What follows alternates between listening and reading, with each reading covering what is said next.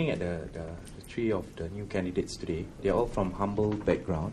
So basically, can each one of you explain how you guys can relate better to the ground from the background, from the humble background that you came from? I think personally, on my part, not only do I come from a humble background, even my own siblings, they are holding ordinary jobs like many other Singaporeans. And it gives me some knowledge into some of the issues, some of the concerns facing people from the working class. At the same time, because of my interaction with my colleagues at the management level, I can also understand what are some of the concerns faced by the middle class. In short, I think it put us in a very, it put me in a very good position to appreciate and empathize with issues facing Singaporeans at all levels of society. Yeah, thanks. For my case, first, I used to stay in the 1.5 room flat, rental flat. That's one point. Second point, actually, I took on a lot of part-time jobs, during the school holidays, time job. They also allowed me to, work with workers. I would say, from there, I also got to share their problem. I also went house. The third point, I went house to house with, so-called selling spring roll. That itself also give me the opportunity, make it possible for me actually to relate to people and to engage with people from all walks of life. All right, that's I say that without knowing it in the first place when I was young, So that actually a very good foundation for me. Then subsequently, of course, I also work in the bank until today, right? I work with small and medium enterprises. So I understand the challenges and the so-called the challenges faced by them, their aspirations, right? So that itself actually also helped me, right? And broaden my understanding of the issue, wide range of issues that faced by them and faced by the workers employed by them. Right, that is quite a lot, 60% of the total workforce. So to me, it has been consistent, right? Chinese say, 无心插柳柳成荫, that's what it means. It has been natural. It's just a natural progress, right? So that's why you ask me, it just come naturally for me. Thank you. Okay. Well, I must say that I've been relatively more fortunate.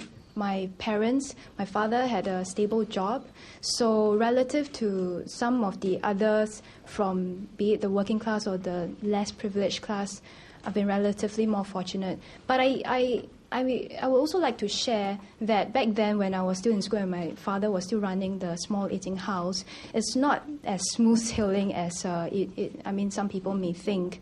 There was a tough patch. I think especially back then, SARS, first when SARS hit, our business was hit as well.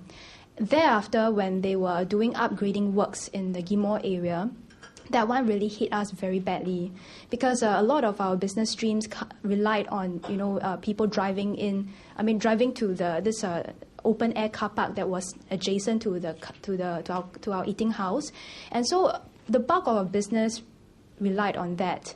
And so during the whole period of time when they were doing upgrading works, it was very difficult. It was almost like there were only a few customers who will walk in and then they are like regular customers, but they are by far and few. So we had problems with getting enough people to come and rent the stalls, and at the same time we still had to cope with the cost of running the eating house. So I remember it was a very tough time. My parents were very stressed. I was very stressed when I see them very stressed. And it was almost like my father was trying all sorts of ways, thinking of what can be done to improve the business, what can be done to save costs, and basically try to still maintain, to earn a living for the family. So I think from that experience, I can understand some of the struggles that the people from the working class or even those who are from less privileged backgrounds face, because it's the same thing. They are all trying to do their best to make ends meet. I think that kind of pressure that they face, I can relate to it because of the tough patch that my family had to go through when our business was not doing well. In fact, we were making a loss every single month for a few years. So and it was very, very stressful for the whole family.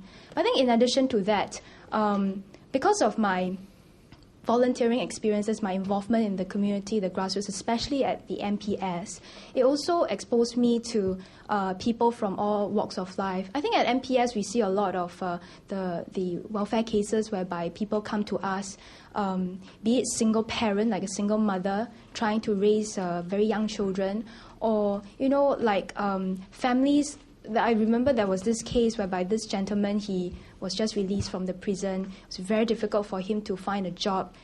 I could see that he was very tense up. He was almost in tears, trying to hopefully that we can help him get the financial assistance as well as hopefully find a job that he can take on. So I think through these experiences, it really showed me that there are many people out there who face problems, have to deal with the tremendous pressures that they are faced with.